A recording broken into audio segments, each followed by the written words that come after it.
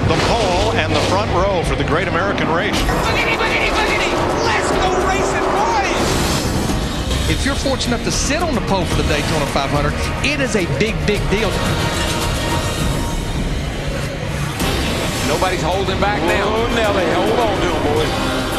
The fourth different driver to put a number 3 on the pole. Third generation star, Dale Earnhardt Jr.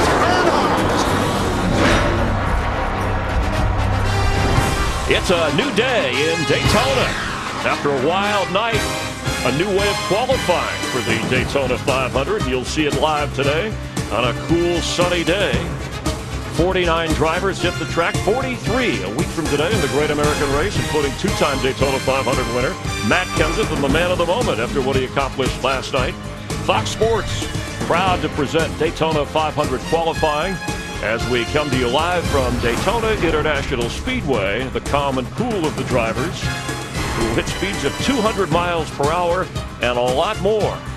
In just a bit, we're at the infield ready for first time ever group qualifying at the Daytona 500. By the end of today, we'll know who's on the front row for that 57th running of the Great American Race. The Hall of Famer, Daytona 500 winner, of course, Darrell Waltrip, two-time Daytona 500 Shouldn't you be out there? Michael Waltrip. Getting ready to go. Oh, okay. And in a moment, Kenny Wallace and I, we have attended many Daytona 500s. Yes, and we it's nice to have you with us on the panel throughout the afternoon. Now, we're all in suits. You're in your fire suit because you'll be in that 55 Toyota. So give us a sense of what the drivers are going through at this moment, since it's the first time we've had this at the Daytona 500. We got all the Toyota drivers together to talk about our plan for qualifying, and we determined we have a plan. We're going to try to stick together and draft up on other cars. That plan could go out the window in a hurry, though. You know, it's only 5 minutes. If you wait around too long, you won't be able to get out on the track in time to get a couple of good laps. There's a lot of nervous people in the Toyota camp about how this is going to play out. And here's how business attire, right? That's right. And the format, here's how it works. He mentioned 5 minutes. Two groups will run 5 minutes each. Fastest 24 advance to the next round. Then the fastest 12 to the final round. The fastest 2 on the front row. And let's get a reaction from some of the drivers as they approach us, what they think of this format.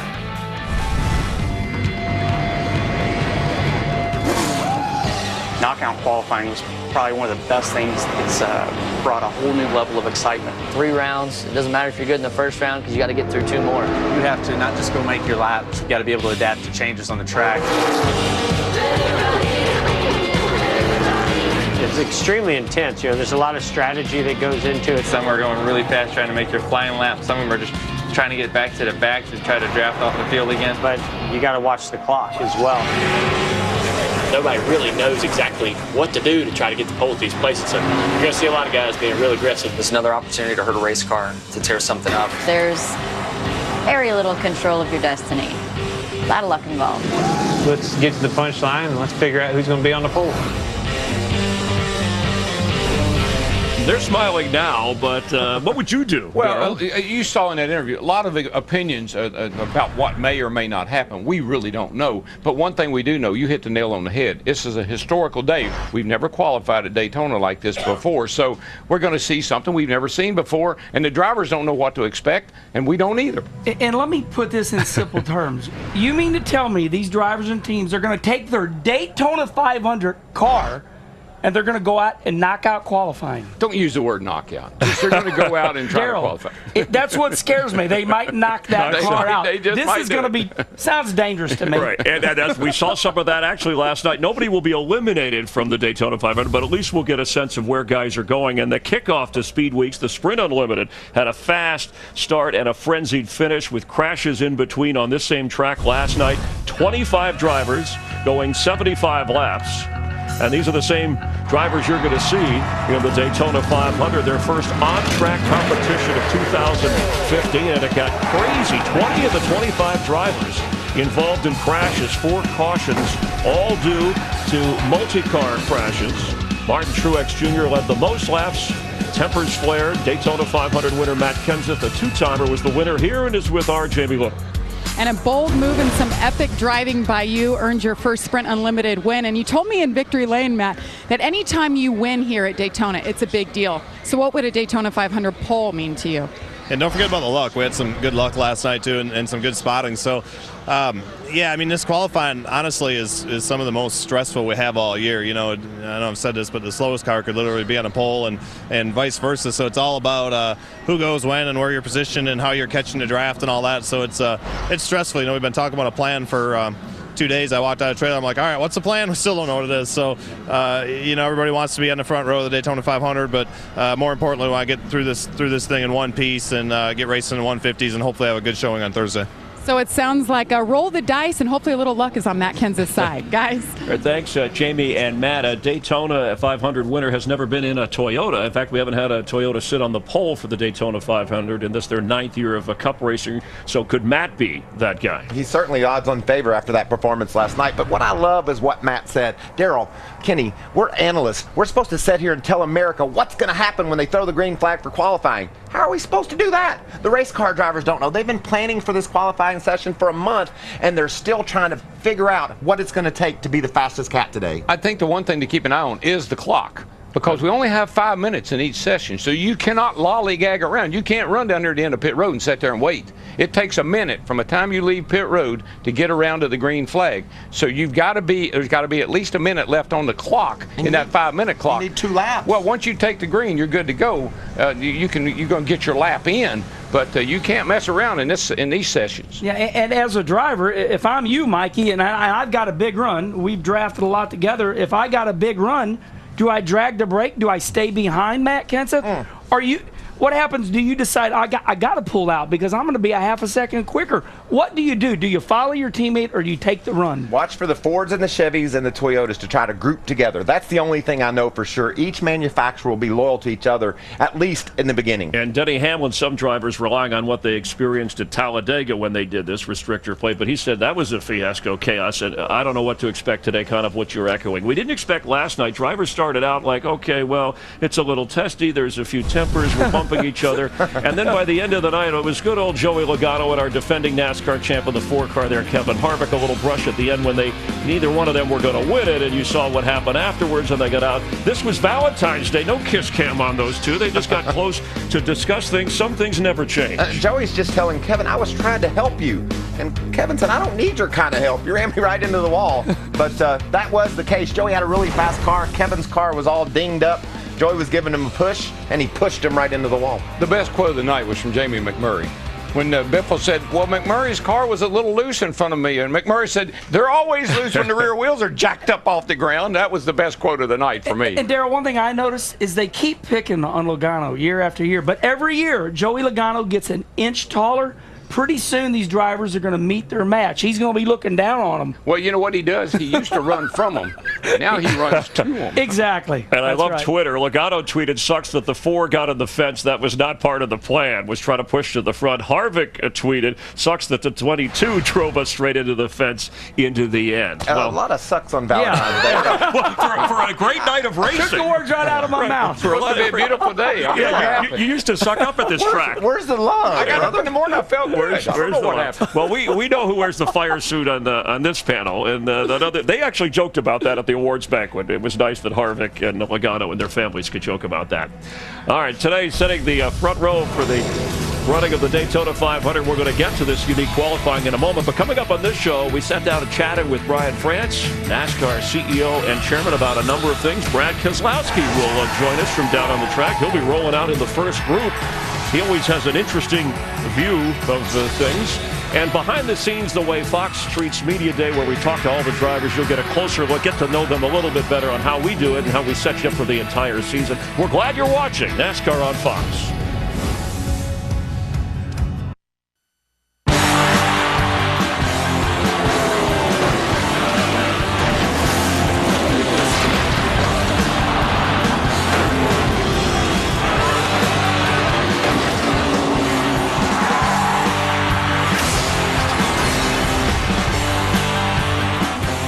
With a new championship format and a new champion, NASCAR enters 2015 with plenty of momentum, but also plenty of challenges. Brian France has been this sport's CEO and chairman since September of 2003, and overlooking the Speedway this week, we sat down to have a talk. Brian, thanks again for doing this. Appreciate your time. Yeah, good to be here. The Chase, NASCAR's playoff determining a champion in its first year was a success. Popular, fans, drivers, remains unchanged for the second year. What did you like most about what it accomplished? It accomplished everything we set out for it to do, starting with changing the emphasis on winning. I think you're going to see this year a better understanding by the teams about what that means, about getting that win early. We've got the right balance now of consistency and winning. Did it concern you that a driver with no wins could actually be the champion? No, not at all. That's part of sports in general. You can have teams with a losing record make it into the playoffs, but get hot. Kurt Busch, a champion in your sport, has been accused of assault. No charges yet. What is your current position on that, Brian? Well, we're waiting to see how the criminal justice system works. They haven't finished that investigation. When they do, we'll be following very quickly thereafter with the appropriate response. If he is charged with assault, obviously you wouldn't have a driver still driving with those allegations, those charges. Well, it's fair to say it'd be a very serious consequence if that happens. You know, you want to be thorough and being transparent and reasonably quick about resolving it. Jeff Gordon is having his last full-time season. You must have some thoughts on his contribution to NASCAR over his career. Sure. I was really happy that he's going to do it on his terms. He's been at it about the time I've been in the sport myself. And so we've sort of grown up together, and he's going to have a special place in NASCAR on a permanent basis. Bill France, your grandfather, Bill France Jr., your father, lifers in this sport. Brian, for you, where do you see yourself and NASCAR in the next 10 to 15 years? Well, you know, I've always said I've got to make a contribution that's, you know, worthy of me being here and being in this position. We've done a lot of things to help guide NASCAR through some tough times. This is a family business. I intend to always have a role in NASCAR, and the extent I can make the biggest contribution is where I'm going to be. With the chase format, we saw the win and you're in aggressiveness right away early in the season last year, and the chase and aggressive move by NASCAR's boss. I think he's a good leader, and I tell you why. Because he's got great hindsight. He's been here a long time, so he can look back and see where we've been. He's got great foresight. He sees where we need to go. He keeps changing, not afraid to make changes, whether it's to the cars, the format, how we win a champion, how you crown a champion, and then he has good insight. He knows how to marry those two things together. So I think he's doing a great job. I mean, the sport's pretty healthy, if you ask me. What I love most, you talked about win early and you're in, but you had to win late to be the champion. Kevin Harvick had to run the table the last two races to edge out Ryan Newman by a couple of car lengths for our championship last year. That's how you settle one in NASCAR. What I like about Brian France and the new rules for the chase for the championship is, and Darrell, Michael, we spent all last year telling NASCAR how wrong they were and how this is going to go wrong. And Darrell, you're right. They got foresight, because in the end, when we went to Miami, they were 100%, not 100%, 110% right. They did a good job. And the new qualifying format here for the Daytona 500, aggressive and a change we're adjusting to. Brad Keselowski once said, you know you're doing something right in this sport if you're racing the establishment and you're making them upset. That's a good way to describe the driver of the two-car, the past champion, winner of 6 races last year in the chase last year, standing by with Matt Yokin. Chris, walking through the garage area this morning, I heard probably more game plans than Brad Keselowski has Twitter followers. So when it all boils down to it, is it going to come down to the guy who makes the smartest call audible-wise? I don't know. I really don't know what we're going to see here, Matt. It's that's why you got to watch. I'm glad you're watching here on Fox. But I think what you're going to see is it's going to take a lot of luck and maybe a tiny bit of skill. And like I was telling you earlier, probably like playing rock, paper, scissors. There's a little bit of skill involved, but not much. But that's not to take away whoever gets the pole today. It's a huge accomplishment, and it's still Daytona. We all want to win, and we all want to win every event we can, whether it's a race or qualifying. He's chasing his first start on the front row here for the 500. And Chris, I always lost at rock, paper, scissors. Brad Keselowski, is he NASCAR's now #1 bad boy? Well, I would say that he reminds me of a guy named Darrell Waltrip. Cocky, brash, but pretty good.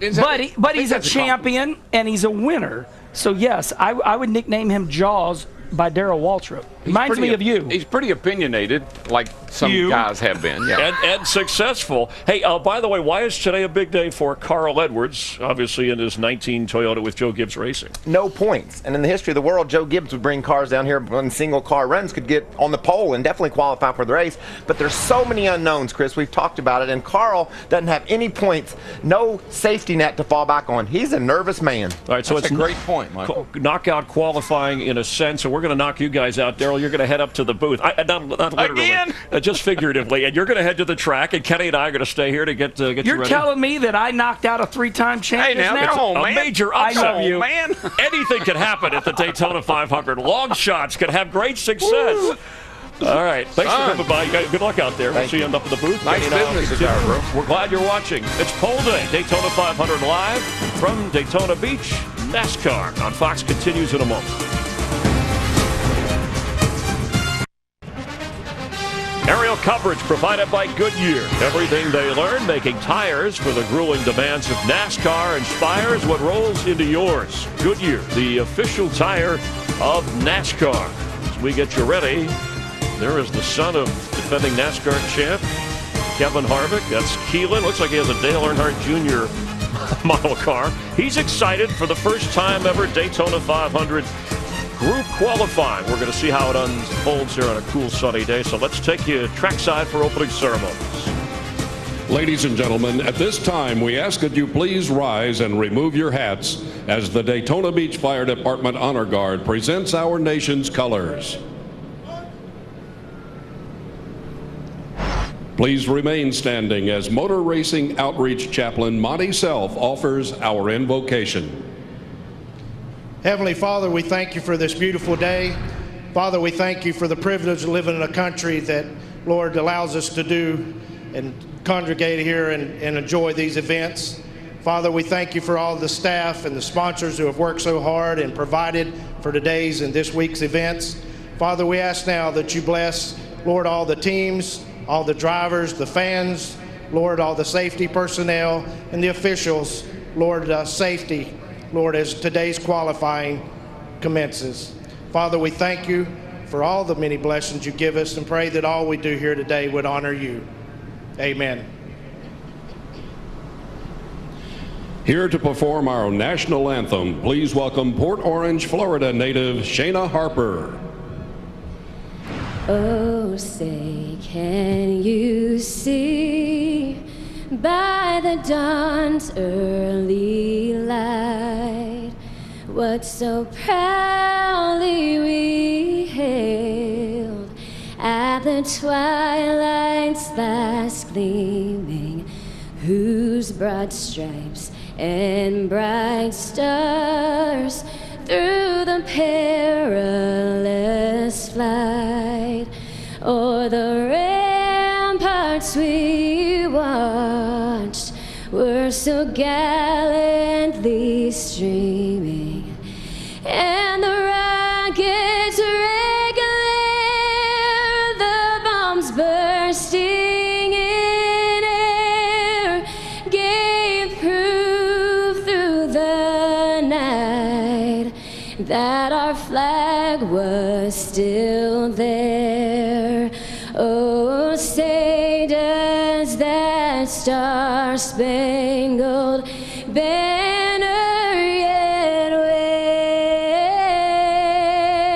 wave o'er the land of the free and the home of the brave?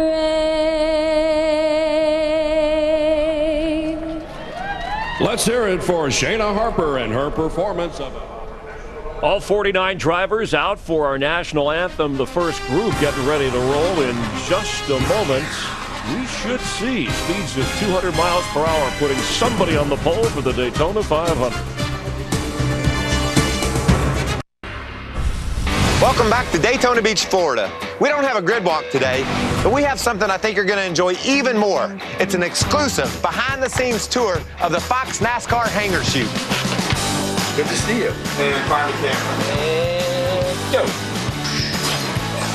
Coach Jib, You're a veteran of the Fox NASCAR Hangar Shoot. It's fun, isn't it? It's a lot of fun. Every year they get better and better. It's pretty impressive studio they got here. It takes a team of 60 people 3 days to convert this airplane hangar into 7 individualized studios. This year, things aren't exactly what they appear to be. Hey there. Hey, Michael. Careful, there's a car right here. Watch the car. You make me nervous when you walk in. This is the one room. It's just digitally mapped. This year, for the first time ever, there are 7 NASCAR Sprint Cup races on Fox Sports 1. Kind of a big deal for us. We couldn't go for the 1 and the 9, so they just got the 1. That's cool. They tell me this stuff is called truss. They also tell me there's enough of it to stretch the entire length of pit road, plus enough cable to wrap around Daytona's 2.5-mile track twice. Add 12 cameras, 365 lighting fixtures, and 18,000 square feet of drape, and you've got Fox Sports' biggest production of the year. That airport hangar right there, it's right near the track. Daytona, if you've been here, the airport, everything's close by where you can enjoy the race. We're about to enjoy some knockout qualifying, group qualifying at the Daytona 5 or for the Daytona 500 with Kenny, Chris, as Michael's ready to roll as he is headed out. We certainly know some of the names, the big names we'll be hearing. What about some of the long shots in qualifying where this is so much more important? Chris, I'm going to be looking for underdogs. Guys like David Gilliland, David Reagan. This is front row motorsports driver. There's David Reagan. He's a winner at Talladega. He knows how to get it done. Now, what he needs to do, and his teammate, David Gilliland, these two drivers want to slide up in with the big boys. Will the big teams allow these two drivers to get up in there? And if these two drivers can get up in there with the big powerhouse teams, they can upset and they can lock themselves in the Daytona 500. Brad Keselowski ready to head Group 1 as they're getting ready to roll. We've had 12 different Daytona 500 pole sitters in the last 12 years. Austin Dillon last year. Who will it be this year?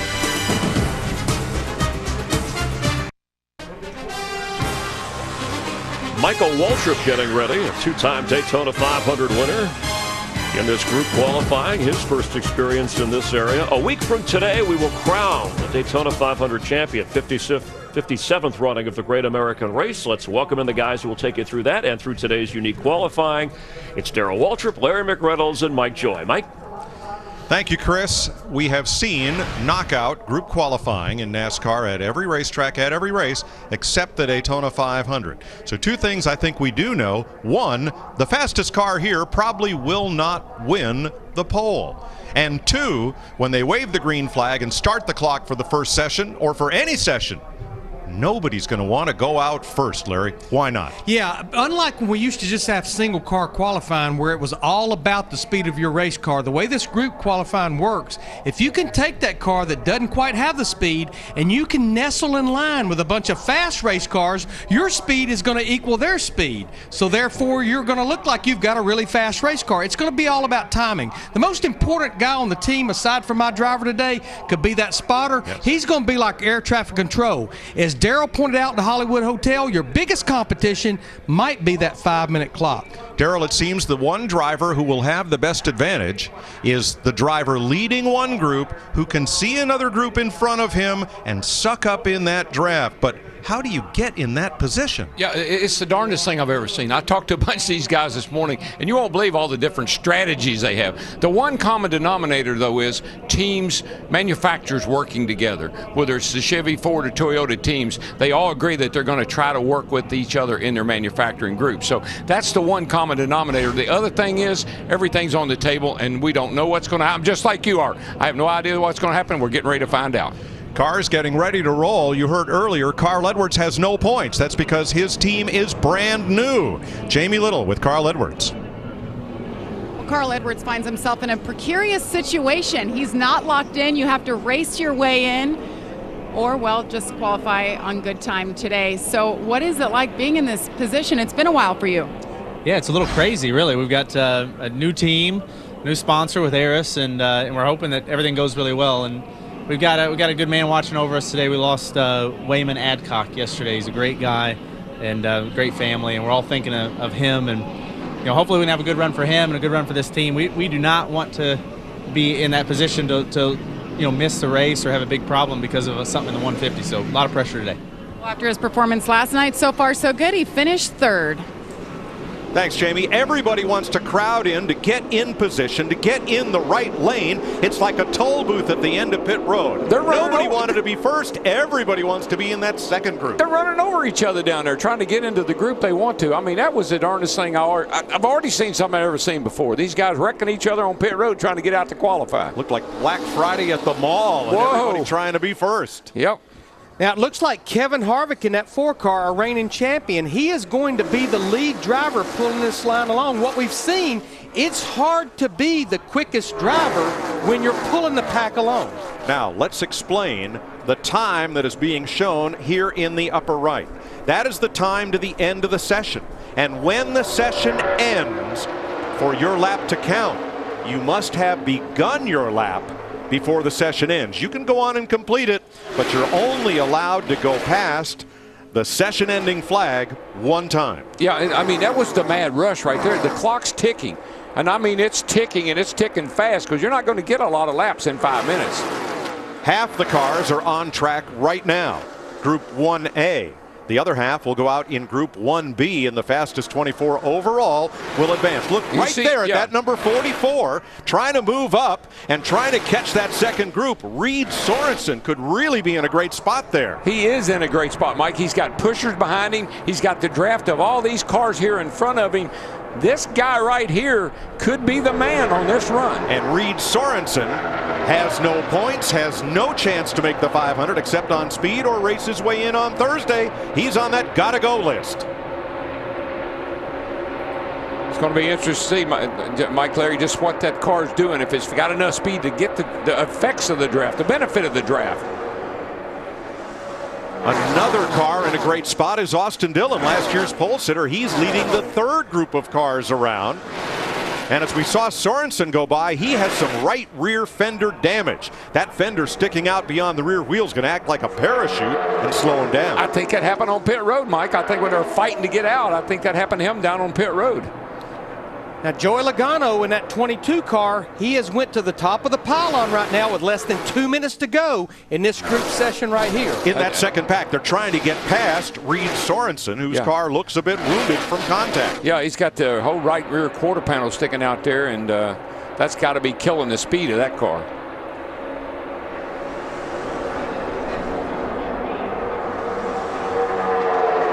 And we're down to a minute and a half here, so we're running, I mean, it's not going to be many more laps. Denny Hamlin goes to the top of the chart with Austin Dillon. Got one sideways. And around turn one in the wall.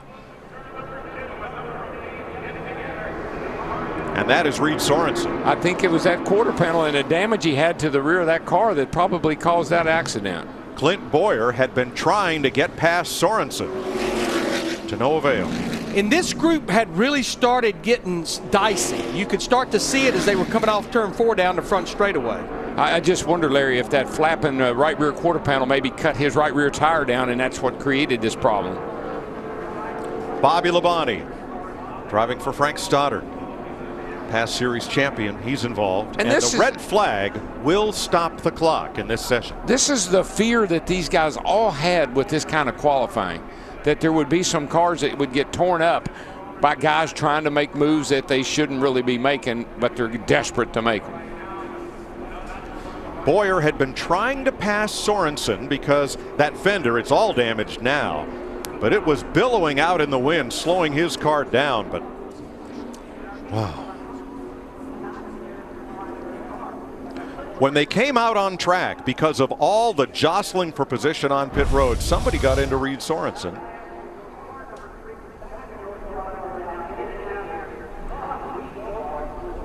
And right there, that right rear gets a shot from Justin Allgaier's 51.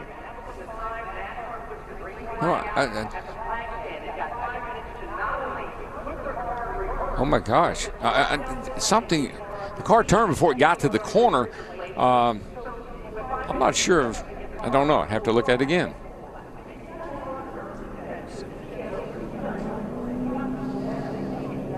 Well, let's try a different angle here. Well, Denny Hamlin at 11 had a bunch of damage too. Head down toward turn 1 here. Running really tight, close together. Ooh, it looked like Boyer started to go the inside and then shot back to the right, and when he did, he clipped the back of the 44 of Sorensen. Hard to tell from that angle if perhaps Boyer got turned by the car behind him. It's kind of hard to tell. These two guys were mad at each other leaving pit road. Chris Neville? Mike, that's right. Clint Boyer on the radio since they left pit road just saying how he had to get around that 44 car and he couldn't. Reed Sorensen really blocking him around the racetrack, and he was telling the team, hey, that right rear fender pushed out. It's like a parachute, and the team telling him, you're losing that pack in front of him. You've got to get around him. Involved in the crash, Boyer, Sorensen, the 23 of J.J. Yaley, the 32 of Bobby Labonte, and the 11 of Denny Hamlin. You just saw Yaley out of his car. And Mike, the interesting thing, Denny Hamlin is quickest right now in that 11 car. Doesn't look like he has a lot of damage there. Let's go back and look when the 44 and the 15 left pit road. I think that's where this started before we even got going. You watch the 15 and the 44, they're coming into this picture right here, right there. Yeah, actually, that's Justin Allgaier getting into the car ahead of him, and the accordion wreck took Boyer into the back. Put him into the back of Sorensen. And there's that big fender billowing out there. Yeah, It started stacking up in front of Reed Sorensen. So we listened in on Clint Boyer. Do not do anything stupid to the other driver, please. Just stay in the car. Do not get out. Stay in the car, please. That was Brian Patty, his crew chief, telling him to stay in his race car, telling Clint Boyer to stay in his car. And that's a rule. Don't forget, you're supposed to stay by your car, near your car, or in your car. They call it knockout qualifying. There's one reason why.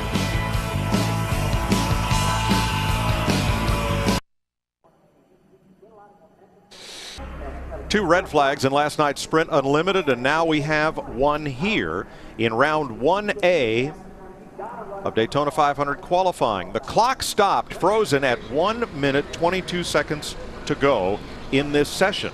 That is plenty of time once the track goes green for drivers to get up to speed and get another qualifying lap in. And of these 25 drivers, there are at least 15 who would like to improve their time if they can. That's all they're going to get, though, is one lap, because it takes a minute to get around back to the start-finish line, leaving pit road. When qualifying began, the green flag waves, you can go any time you want, and everybody wanted to go at least to the end of pit road at once. But watch how they're snaking their way, even out in the grass. I mean, cars that were way back in the line back there, they were trying to get grouped up to get to the front right here. And I've never seen anything like this before. Blocking each other. They're all trying to find their friends and line up with teammates or those running the same manufacturer. It's crazy.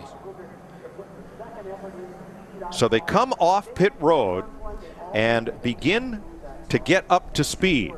It all happens right here. The whitish car, Reed Sorensen. See, they stacked up in front of Justin Allgaier in that orange 51 car, and it just was the accordion effect back through there. Now just ahead of Sorensen was Michael Annett. Just behind was Reed Sorensen. And there is the contact. You see the motion by Clint Boyer trying to make the pass. And it all goes wrong. Yeah, I'm sure that the spotter, as Larry mentioned earlier, and everybody was telling Sorensen, you've got damage to the right rear, but you're under such pressure, he couldn't pull over and let him go. He had to keep trying. At least 5 cars damaged, including the driver who laid down the fastest lap in this session, Denny Hamlin. Here's Matt Yoakum. And Mike, he has brought that 11 car back to pit road, and Dave Rogers and company repairing the front fascia, that left front corner just above the headlight. There was about a 10-inch crack. They've used duct tape and Bear Bond. The other concern when he got here, there was fluid dripping from the hood seam right above the Camry decal, and they were concerned that something might have happened to their engine, so NASCAR allowed them for safety purposes to raise the hood and just peek in, and that was from another vehicle. So they dodged a bullet there. Now they're just trying to fix the fascia. 2 of the cars involved in this crash. Denny Hamlin and J.J. Yaley are among the 3 fastest speeds so far. There's the spotters we were talking about that's right above the top grandstand. 24 drivers will transfer to round 2, not necessarily half from this group, half from the other. Here's some strategy audio from Brad Keselowski's team. Well, no matter what you do, you're only going to get 1 lap here, right? So I'm just going to try to position myself with Joey. I don't know if you're close to Blaney's spotter, but tell him to come on. We'll be ready. Keselowski is 8th right now. He is probably in a good position to transfer, but we won't know until after Group 1B has their turn at the track for 5 minutes. And he mentioned Blaney. Ryan Blaney drives for the Wood Brothers. That's another Ford team that has that alliance with Team Penske. And Ryan Blaney right now has the 5th fastest time. There's probably little advantage to him going back on the track for 1 more lap. Yeah, I think the guys that are about maybe from 11th and 12th, from those folks on back, they need to pick up the speed. Red flag at Daytona.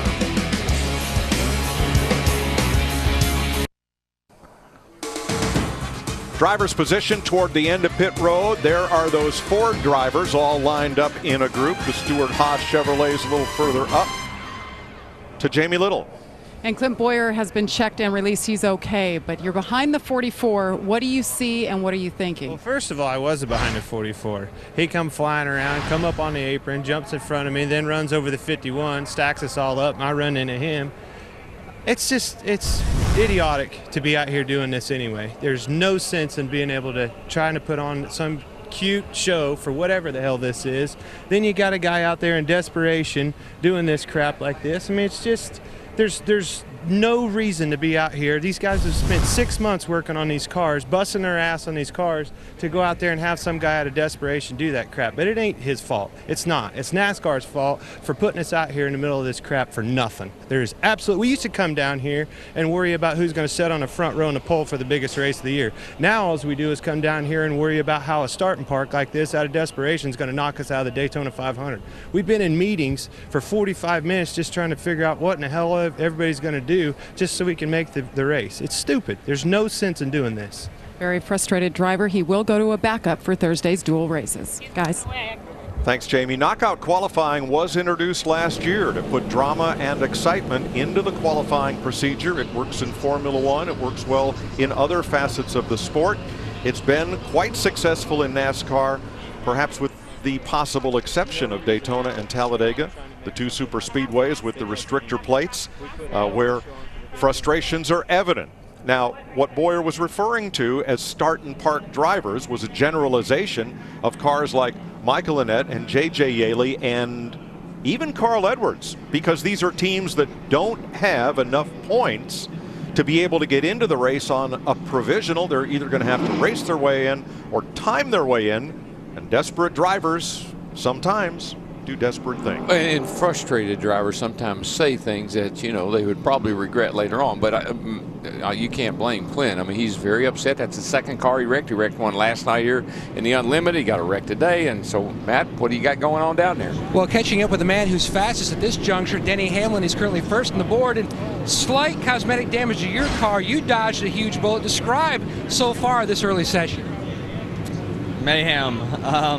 You know, there's no other word to describe it. It's just everybody's on so many different agendas that it, you know, this stuff can happen. But it's, I don't know. It's the format we got to go by, and we're going to try to do the best we can to play the system and make it work. But you know, we flat spotted our tires here to where I can't join this last group. But you know, in 1 lap, it'll be hard for them to run faster than that. So we'll see how it all goes. All right, thank you, Denny. Now, NASCAR will allow Hamlin and the 6 to change tires for the next round. Nobody wanted to be first, and leaving pit road, Larry, this might be too little too late. Yeah, you have to start the lap at the start-finish line before this clock right here gets to 0, and quite honestly, they ain't gonna make what we saw in practice, that's going to be very borderline. I don't think they'll make it, Larry. I mean, that you had to leave pit road with a minute to go, and they were into the 50 seconds. Well, somebody had to go first, and it's Front Row Motorsports. David Reagan should be assured a spot in the 500, but because that 35 team is new, they transferred Reagan's owner points from last year over to the 35. He has no points. He's got to go, and they got to get to the line before 0-1. Should be over. They don't make it. They don't make it. This lap will not count. Had they made it past the line before 0, then they could complete the lap and it would count as a time lap. Too little, too late. But we had it timed out from up here. Oh, we yeah. knew you had to leave pit road with 60 seconds to go to be able to start a lap. Yeah, we watched them yesterday in all the practice sessions, and we timed it out. And you had to leave with a minute to go to get back around here to take the green flag. And I don't know what those guys are thinking, but they weren't thinking right. Darrell, I believe they were thinking nobody wanted to be the first group. They wanted to be the group that was catching the first group. And you know what? Denny Hamlin's glad they played it that way. Yeah. Well, I think Hamlin, Harvick, a bunch of those guys, they said, hey, they're not going to get up that. They can't run that fast in one lap anyway. But at least they should have given themselves a chance. All right, then. Same song, second verse coming up. The other 24 cars, Group 1B is next. Teammates Brad Keselowski and Joey Logano talking it over after they worked with Ryan Blaney, trying to post a good qualifying time that will advance them to round 2. Now, these times will not determine the front row of the Daytona 500. They merely advance you to round 2 if you're among the top 24 overall once round 1B is completed. Mike and Darrell, I don't think these were the speeds that we thought we were going to see. We thought we would see much quicker speeds, but I think because they never really got assembled nicely, that'll be interesting. I think this second group, we might see that. Yeah. I think, like we said, I said this in the opening, and I know I talked to a bunch of these guys. They really haven't got this thing figured out. And so until you figure it out, you're just out there going through the motions trying to figure it out. Jamie? Well, Reed Sorensen has just been checked and released, and I just asked you, do you have a backup? So you said no, but what is the game plan from here? I have no idea. We'll have to reevaluate and see, but we don't have a backup car as now. But as you can see, I was just trying to block. I mean, that's what got Matt Kenseth the win last night, and I was just doing everything I could to stay in front of Clint. It's pretty obvious what I was trying to do. I didn't mean to wreck anybody or anything like that. So just a product of this type of qualifying, trying to get that one lap. I didn't want it to end that way, that's for sure, and I apologize to all the guys, and we'll hopefully get a car here and try to get in the race on Thursday. All right, tough break for Reed Sorensen as the team will scramble to try to get a car together. Now, you know what I call that? He manned up right there. Hey, I was blocking, and that happened, and it's a product a lot like the same thing Clint said, and he's he hates what happened. If he moves out of line for Clint Boyer and the rest of that train to go by, his lap is toast. He's done. Right. Yeah. But I think if you listen to Clint's interview and you listen to Reed's interview, it just backs up. This is the biggest race of the season. As Clint said, you prepare for months to come down here. Yeah, that's the tough part. That was their Daytona 500 cars. 45.036 seconds. That's Denny Hamlin's time. That's 199.8 miles per hour. We were pretty sure we would see 200 today. Yeah. Well, we may in this next session. Once we get a few less cars on the track, maybe these guys have a little bit of time to figure out what they want to do.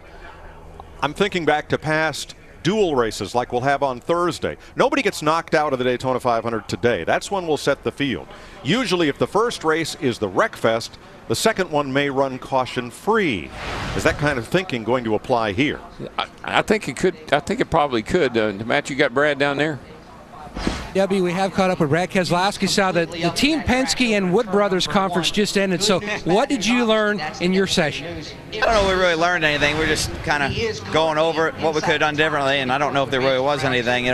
When you have a wreck, you need to get all the laps in you can get in, because every lap keeps getting faster, so you lose kind of your last 2 or 3 laps that might be the fastest. So no one was able to get back out because you couldn't ever get enough speed. But just all part of the game, right?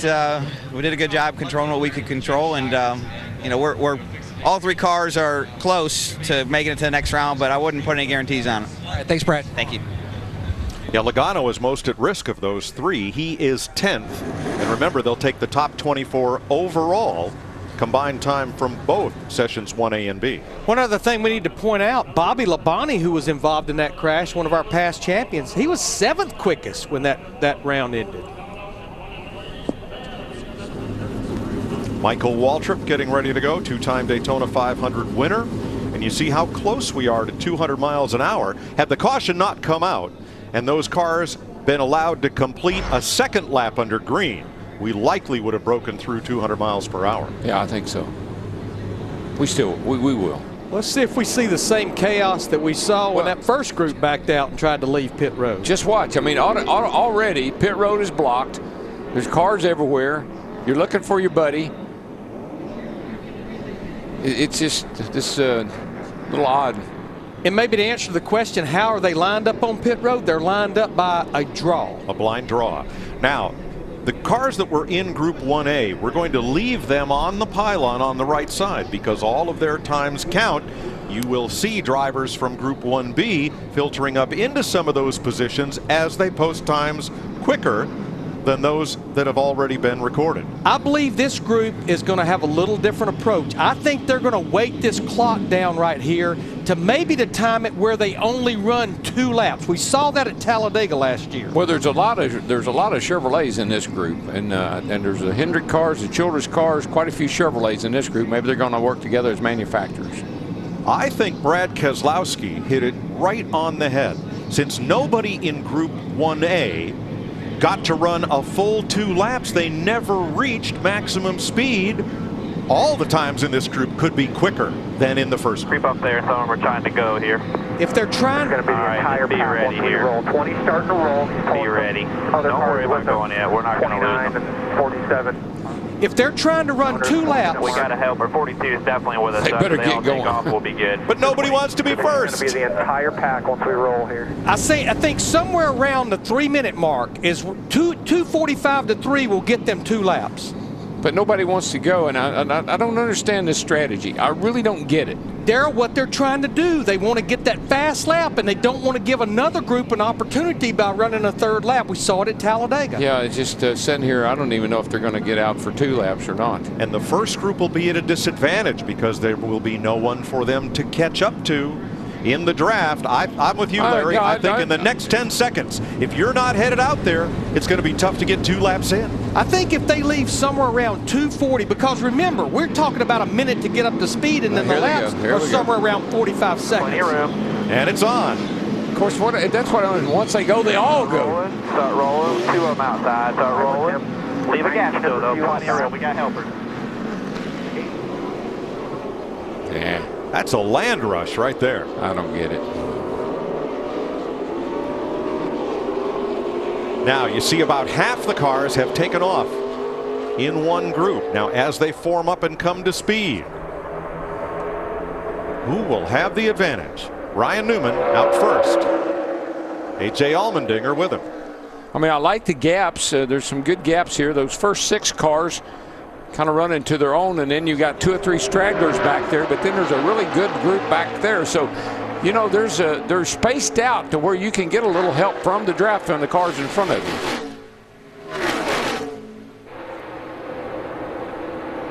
All right, again, they're going to start this lap right here, and I think that's going to be enough time to get 2 laps. Here's the guy I think we need to watch. Matt Kenseth in that 20 car. He's the 3rd group. He has Jeff Gordon not far behind him, Michael Waltrip, Kyle Busch, trying to get that group assembled where they can get that lined up and in that draft. I don't know, Larry. I agree with you on the 20 car, but they can't get up there and help him, and he's really too far back to get much help from the cars way up in front of him. I'm not sure he's in the best spot. I think that plays right into Jeff Gordon's hands. If those I think it might be good for Jeff. Can close on Kenseth, Gordon could get a really quick lap here. I think you're right. I think Jeff's the one that's in the great spot. All right, they're going to come around and complete 1 lap, and I think when I look at the clock right here, they will have enough time to get that 2nd lap. But when I look at the group that's coming to the line right now, it's a mirror of what happened last year at Talladega. It's Chevrolets. They all have a Richard Childress Racing affiliation, and Ryan Newman is the guy at the front, just like at Talladega. Eric Almirola, top of the board. Jamie McMurray, Ricky Stenhouse are the fastest three. That's over 200 miles an hour. Sam Hornish climbed up there into the top 10. 200.28 miles per hour.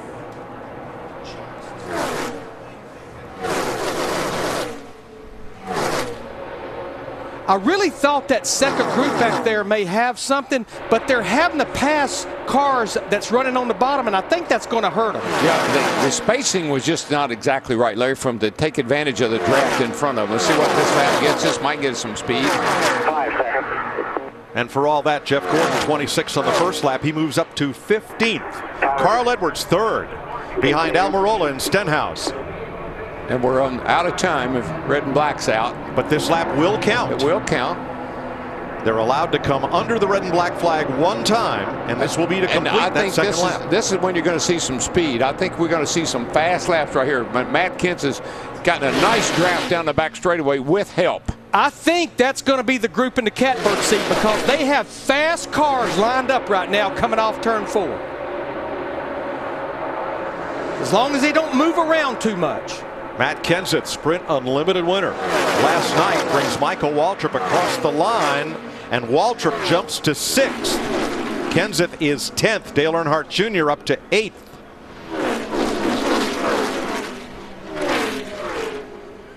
And that will end the session.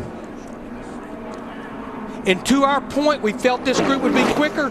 Denny Hamlin, who was quickest, is now 11th. 24 drivers move on to the second of 3 rounds. I tell you something else. What do you got, Larry? Kevin Harvick, you just saw him.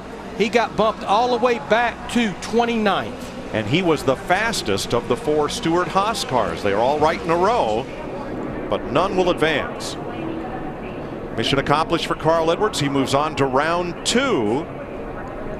But the front row for the 500 will not be set until round 3. 202.3 pole at this point. Eric Almirola, the July Sprint Cup race winner here in Daytona, is fastest of round 1. At 202 miles an hour, this is no ride around. Look at how hard Kyle Busch is working on Michael Waltrip, and the wind is working on the front of Kyle Busch's car. Yeah, look at that hood flexing around, jumping around. It's just how much pressure. It's actually air going under the front of the 18 car and blowing the hood up, but he's giving Michael a really nice shove. Down to pit road, Matt Yoakum. Ryan Newman missed it by 4 spots. Can you describe just how frustrating trying to work yourself in to go to the next round? I wouldn't say it's frustrating. I mean, the frustrating part is just dealing with this whole system, which makes no sense whatsoever. So it's hard to stand behind NASCAR when everybody I talk to up and down pit road doesn't understand why we're doing this. So it's maybe I need to be sat down and educated a little bit. But it was not what we wanted for our Caterpillar Chevrolet, no doubt. But we also avoid the next few crashes that come in qualifying, which should never occur. Thank you, Ryan. Thank you. Chris? Well, Kurt Busch, part of that shortened first group, and Kurt, obviously disappointed you're not going to move on, but what kind of pressure does this mean for Thursday? Well, I'd like to talk about all the hard work that goes into these cars and how much time and effort goes into building a Sprint Cup car to qualify at the Daytona 500. And we're a lot of smart people here. There's drivers, there's owners, there's NASCAR, and we got to find a better system. I mean, so much hard work goes into these cars, and then you have this roulette wheel for qualifying. It doesn't seem like it's the proper system, but hey, it is what it is, and we could be here smiling, getting belted up, going back out for the second round. But just want to thank all my guys for all their hard work, and Haas Automation, Chevrolet, Monster Energy, State Water Heaters, all of our sponsors. We should just take the cars as we build them in the off season, unload, pass tech, and then go qualify one car at a time, 4-lap average. That would really give a sense of pride to putting effort towards building a car to qualify for the Daytona 500 instead of just shaking up bingo balls. Obviously some frustration down here. Jamie? Well, walking through the garage before qualifying started, I saw this plan coming together with the top 3 on the board right now. Ricky Stenhouse Jr., one of them. So, Ricky, I thought that was an interesting group. 3 different organizations planning to work together. What goes into that? I'm not real sure that we really knew exactly what we were doing. We had a plan. Obviously, everybody goes and sits down on pit road, and I was one of the last cars. I couldn't get out if I wanted to. There was really no way around it. But you know, the Roush Fenway guys brought some fast Fords down. This Fast and All Ford has been at the top of the board, you know, any drafting practice. But it's just about timing it right. And luckily we got in that group right there that timed it right. And we had some good cars in it. Like you said, Jamie and Eric and I were all talking about what we wanted to do. There was a whole other line of cars that we wanted to get together, and it's crazy how it just doesn't work out sometimes. And you got a plan, and it always changes. So, you know, we'll see if we can do it again. I think we got the first part of our job done that we wanted to, is that to get to the second round, but also put a really fast lap up because, you know, the top, I think, 6 speeds are still locked into the race. And after Talladega last year, we definitely feel good to make it out of the first round. Well, nice work. Part of that plan worked for Ricky Stenhouse Jr. Guys? Yeah, Stenhouse missed that race at Talladega. For 56 years, teams have spent as many as 6 months massaging on their cars to come down here and run one fast lap in pole position qualifying. This year, things are very different.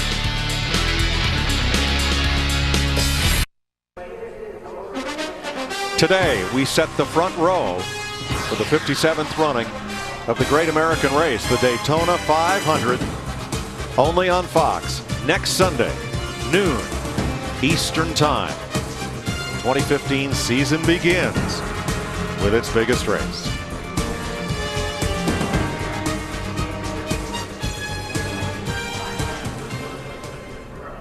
In a little more than 2 minutes, we'll begin round 2. I think one of the reasons that guys are so frustrated with the qualifying is we have qualifying races. If we were like even at Talladega where you don't have a qualifying race, this format makes a little bit more sense. But here, really and truly, you're only qualifying for a spot or a place to start in a qualifying race. And so that, I think that's the frustration of when they say, why are we doing this? I think that's probably part a lot of the frustration. Now, some of those speeds you just saw may be useful in guaranteeing those drivers into the field, but those speeds now are erased and round 2 will stand on its own. The fastest 24 have advanced to this second round, another 5-minute round, from which half of those cars, 12, will advance to round 3 and run for the front row. And one reason I don't know that round 2 is going to be different from round 1, remember, we had 2 groups. We had a group of 25 and 24, and this is 24 in this second round. Yeah, I think right now you're looking at your teammates. Who's in this round that we can, you know, who can we group up with? Because that appears to be the hot tip. And the intensity continues to ramp up because you get closer to a shot. It's sitting on the front row for the Daytona 500. Yeah, and the time between sessions gets shorter. And you only got 5 minutes when the session starts. So you got to figure out how long am I going to sit on the end of pit road before I go. We know it's got to be a minute. We know that. I don't know why they don't know that. Let's remind you, the cars are lined up on pit road by order of a blind draw. So you're not necessarily anywhere near your teammates or friends when you back out of that pit stall. Look at this. They're ready to push them back. Kind of like a Le Mans start, except those fellas aren't running to the cars to climb in them. They're pushing them back. But again, same as before, nobody wants to be first. No one wants to be the group that everyone is trying to suck up to and catch and get a better time off of.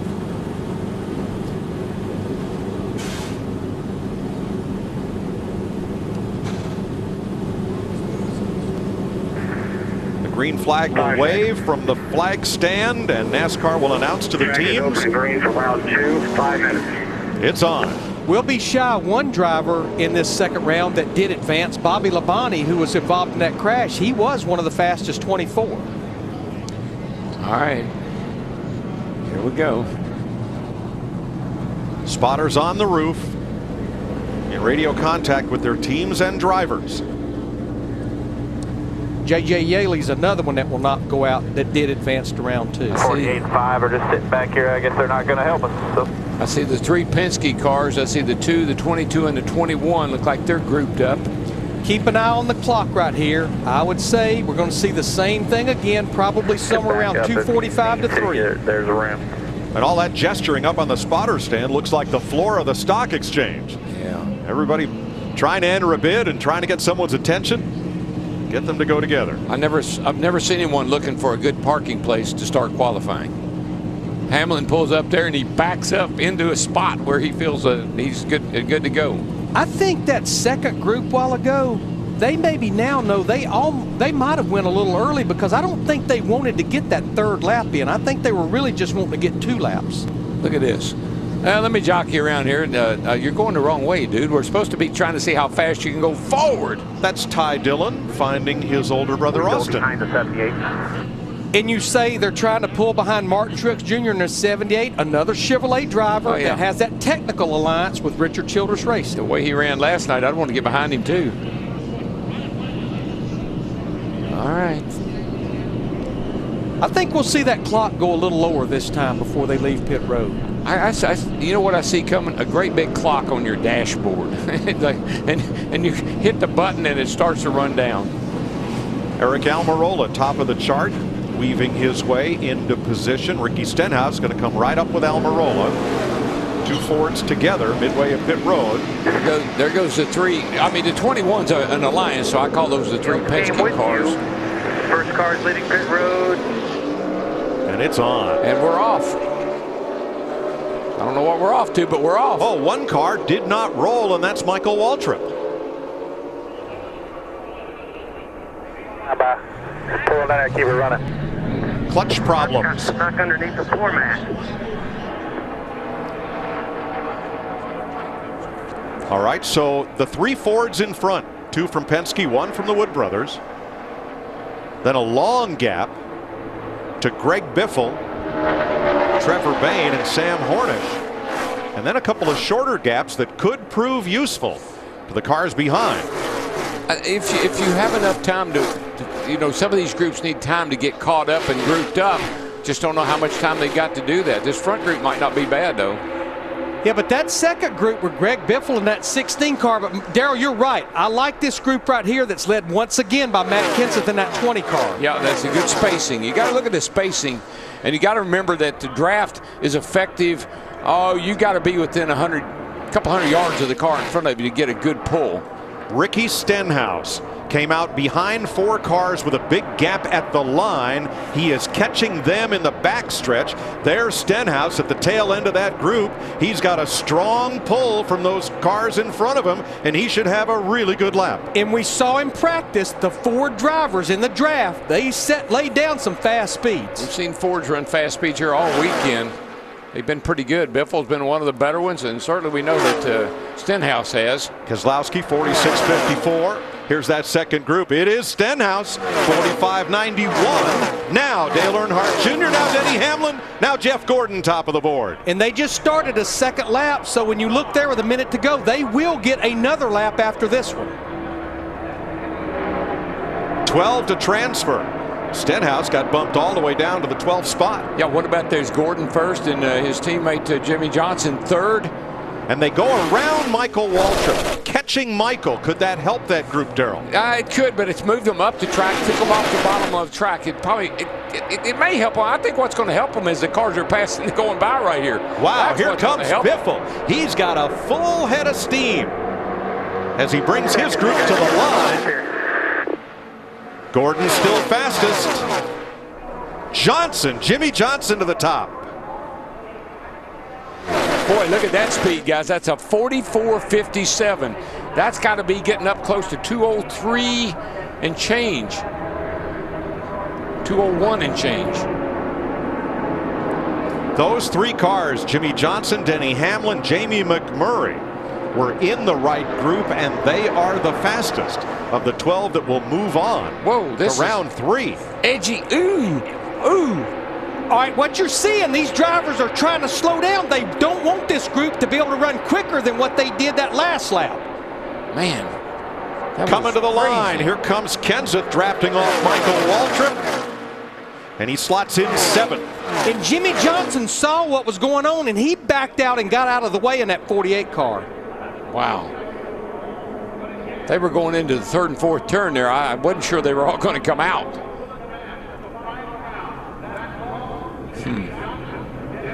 So teammates and friends never mind, because the fastest 3 in this session are from 3 different organizations.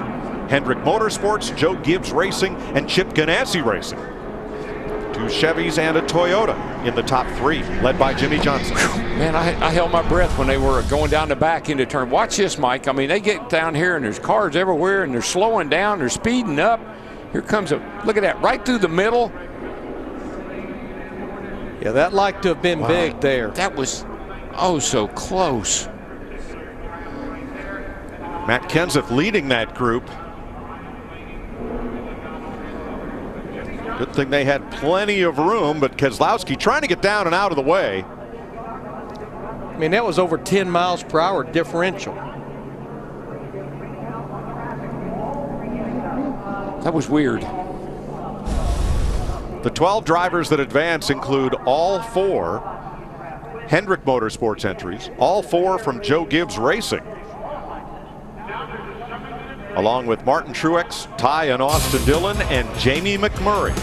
The fastest 12 move on to the final round, and 2 of them will start on the Daytona 500 front row.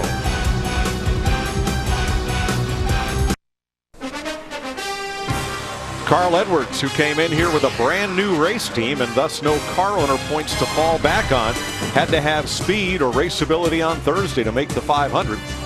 Right now he's among the 12 drivers that advance to round 3. 2 will win the front row today for the 500. All the rest of the positions will be set, and we'll see which 6 cars go home after the Budweiser duel at Daytona. And that's Under the Lights, Thursday on Fox Sports 1, 7 p.m. Eastern Time. You see above the yellow line the 12 drivers who will advance to the final round. Here's Chris Neville. Well, Eric Almirola was quickest in that first round, but not going to advance to the second round. Eric, I heard you say on the radio that you stuck with the team strategy. It didn't work. Should you change that strategy? Yeah, it's always hard. You know, you form a plan and you kind of want to stick to that. But when we left pit road, I had a really bad feeling about our position in the pack. We weren't close enough to the Penske cars to get a good tow off them, and all the cars behind us were close enough to draft off of us. And my gut was telling me to go ahead and bail on that plan, but I would have been the bad guy, stranding all my teammates out there. So I stuck with the plan, and it is what it is. Our car is really fast. Smithfield Ford Fusion's really good, and we'll race really good in the duels on Thursday, and we'll get a better starting finish than our starting spot than 17th. But I really thought we had a shot at the pole, and that's what I'm most disappointed about. Thanks, Eric. Jamie?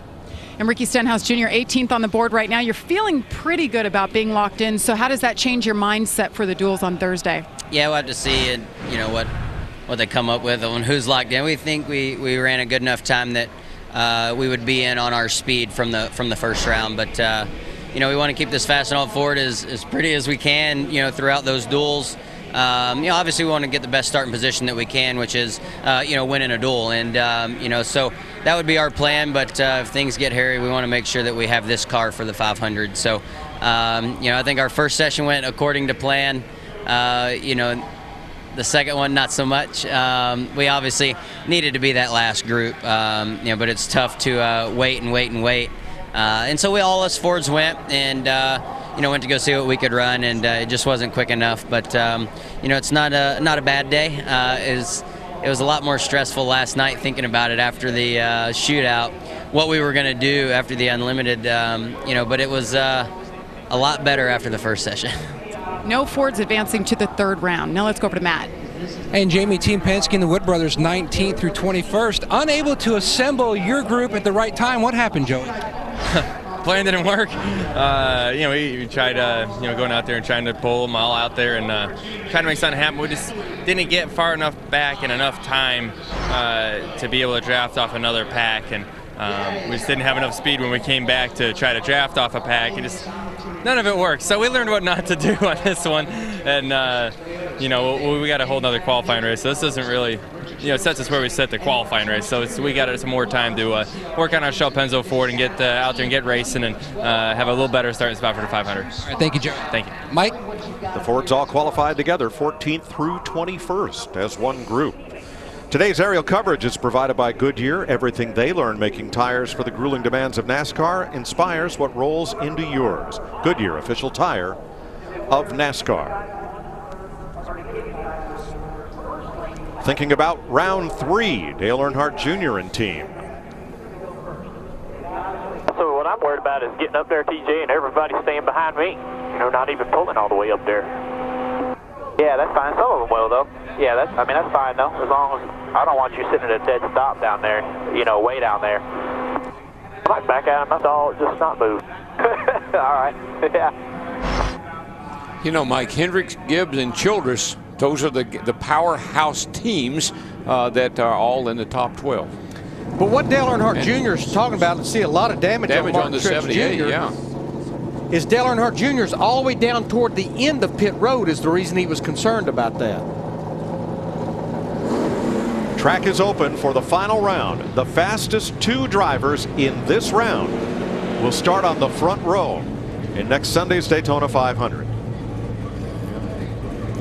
And I think the cat and mouse game will be which group goes first, because you really, I think, want to be in that second group, that second wave. Now look, they're all laying back there, and surprised that. Now you heard from Eric Almirola and Ricky Stenhouse. The good news for them is their speeds in round 1 were the 2 fastest times of the day. So they would be assured a spot in the 500 field. Get above the blend line and we let them get around with their run. That way we don't get them all stuck behind us there, but I'll let you know.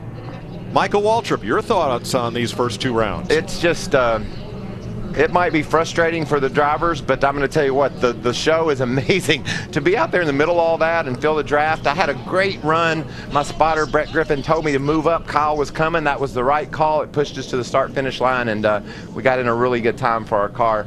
A lot of things can go wrong when you qualify like this, as we saw in that first session with Clint Boyer. But for the fans, I think a lot of things go right, because it's fun to watch and crazy to be a part of. So Michael clocks in 22nd. He will start 11th in his dual race on Thursday. You see Denny Hamlin and Matt Kenseth, they're all the way at the end of pit road, sitting there side by side.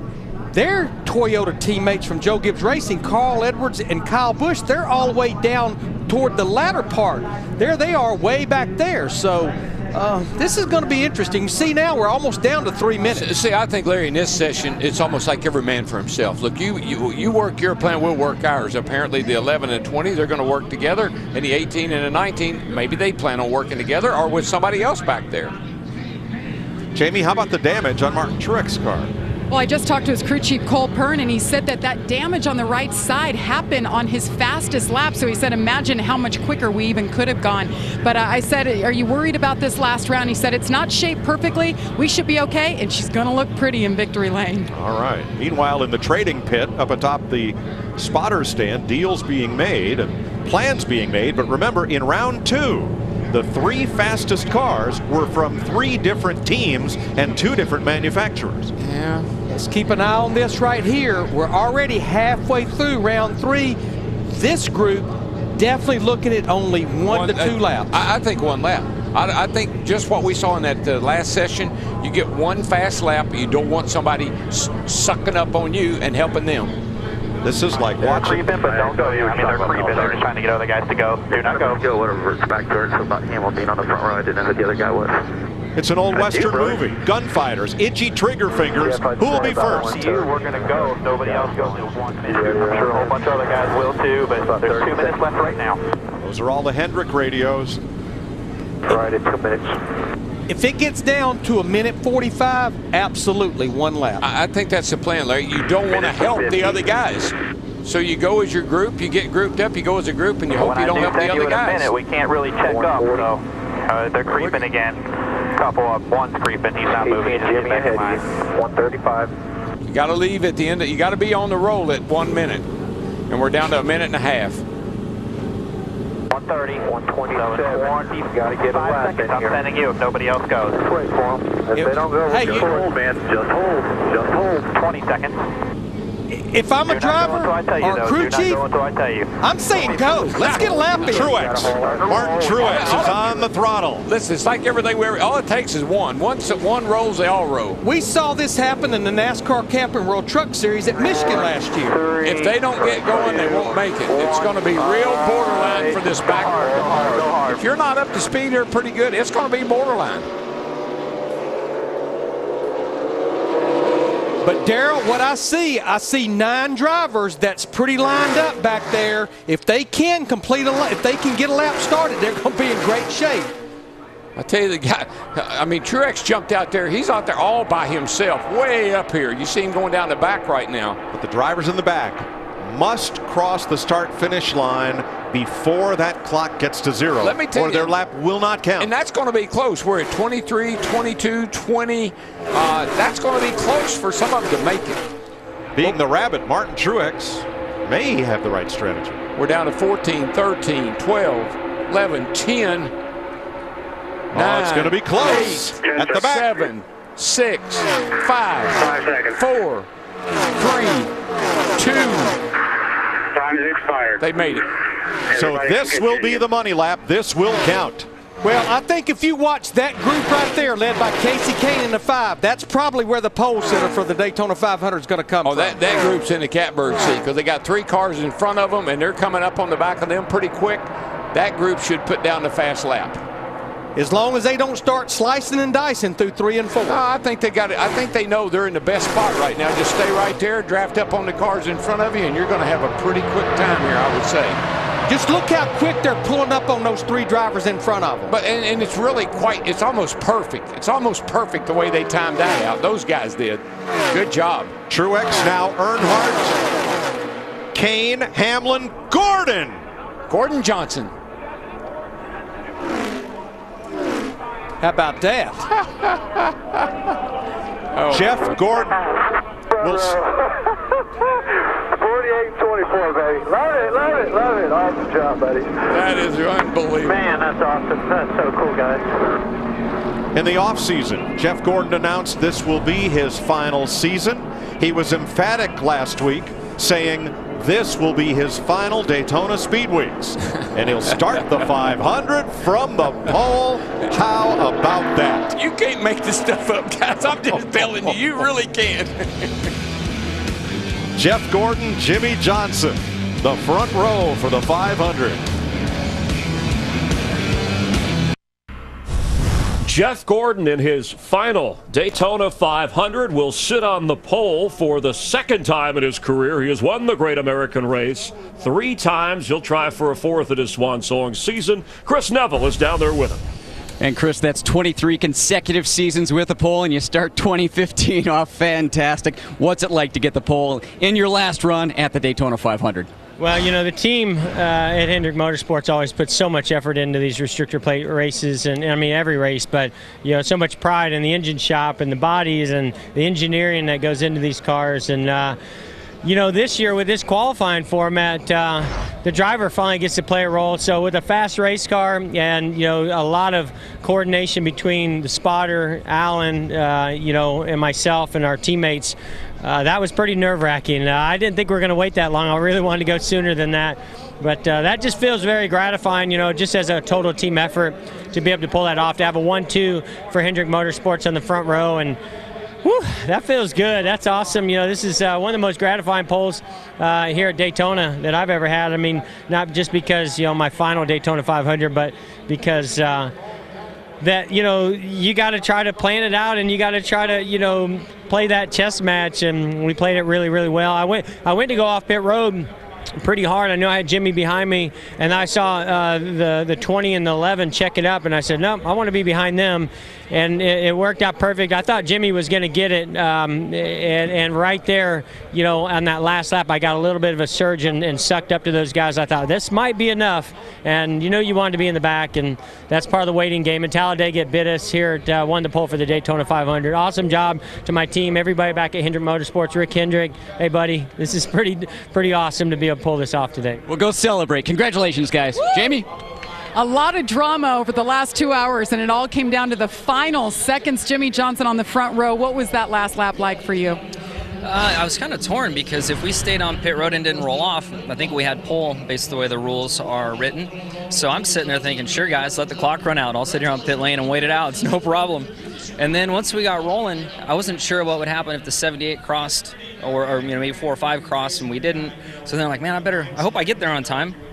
We did, and then on the last car on that line, I thought, man, I've still got the pole. I'm in great shape, but it's good enough for second. So very interesting qualifying session, to say the least. But I just want to say thank you to everybody at Hendrick Motorsports for their hard work. To have all 4 cars in that final 12 was pretty cool.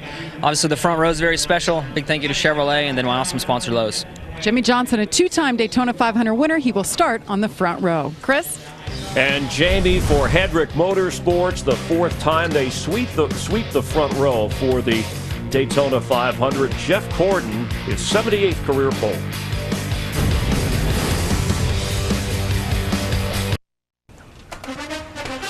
At a speed of just over 201 miles per hour on pole day here at Daytona International Speedway. That's your front row. Jeff Gordon with teammate Jimmy Johnson, a couple of Chevrolets, and Hendrick Motorsports next Sunday, the 57th running of the Great American Race. They have 5 Daytona 500 titles combined between them. Meanwhile, Carl Edwards' new team, he was sweating it out, qualifying. He doesn't have to sweat anymore. Chris Neville standing by with him. Yeah, Chris, he was nervous right before qualifying there, but you made it in on time. You going to sleep a little bit better tonight? Yeah, sleep, period. This is huge for us. I mean, Joe Gibbs Racing took a huge chance with the 4th team. Eris came on board, Stanley, all these guys, Toyota. And we had 4 or 5 meetings about how to somehow get ourselves in the show, and with that time, we should be locked in. Congratulations. Nice job. Thanks. And you can see he's smiling now, but it was a chaotic, you were part of it all, a wild group qualifying format, but in the end, a couple of favorites land right in the front row, and Carl gets in, which he deserves to be, of course. You know, I love Carl. He's a race car driver. That should put us in. They told him he's in, but he's got to see it. He wants to read it in the paper. He wants to see it on a sheet of paper because it's so intense coming here without points like he did.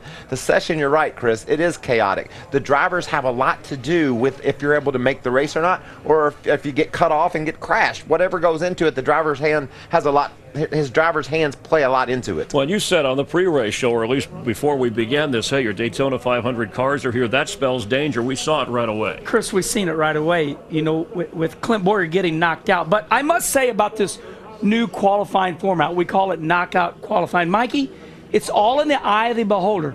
Here you had a 4-time champion, Jeff Gordon, saying, I'm on the pole. Finally, I had something to do with it.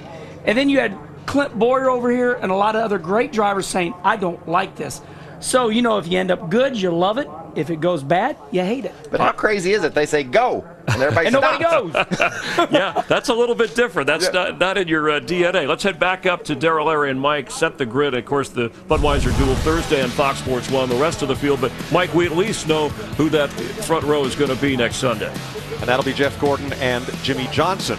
So, 6 drivers from round 3 in this first Budweiser Duel and on through.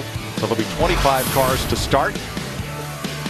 Top 15 quite a make few the race. Quite a few happy drivers, particularly 2 on the front row, Jeff Gordon and Jimmy Johnson. But you just saw Carl Edwards. He's elated.